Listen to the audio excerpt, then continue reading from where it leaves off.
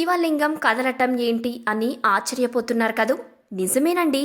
ఆ గుళ్ళో శివలింగం కదులుతూ ఉంటుంది.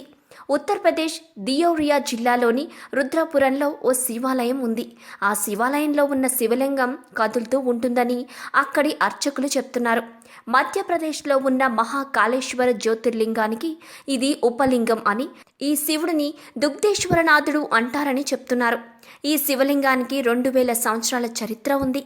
శివలింగం కదలటం మొదలైతే ఒక గంటైనా కదలొచ్చు, లేకపోతే రోజంతా కదులుతూనే ఉండొచ్చు, లేకపోతే ఎవరు కదిపినా అస్సలు కదలదట. సాధారణంగా శివలింగాల్ని పానమట్టము మీదే ఉంటాయి. కానీ ఈ శివలింగానికి ఉన్న మరో ప్రత్యేకత ఏంటంటే ఈ లింగం పానమట్టము మీద కాకుండా భూమి మీదనే ప్రతిష్ఠించారు. అసలు ఈ శివలింగం కదలడానికి గల కారణాలు తెలుసుకోవడానికి చాలామంది ఆర్కియాలజీ డిపార్ట్మెంట్ అధికారులు పరిశోధనలు చేశారు. అయితే భూమి లోపలికి ఎంత లోతు వరకు ఉన్నదో తెలుసుకోవటానికి వాళ్ళు ఎంత తవ్వినా ఆ జాడ కూడా తెలియకపోవటంతో విఫలమయ్యారట.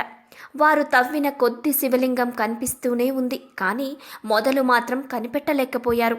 ఇక స్వామివారు కదులుతున్న సమయంలో దర్శనం కోసం భక్తులు బారులు తీరుతారట. దేవుడి లీలల్లో ఇది ఒక లీలగా పరిగణిస్తున్నారు అక్కడి స్థానికులు.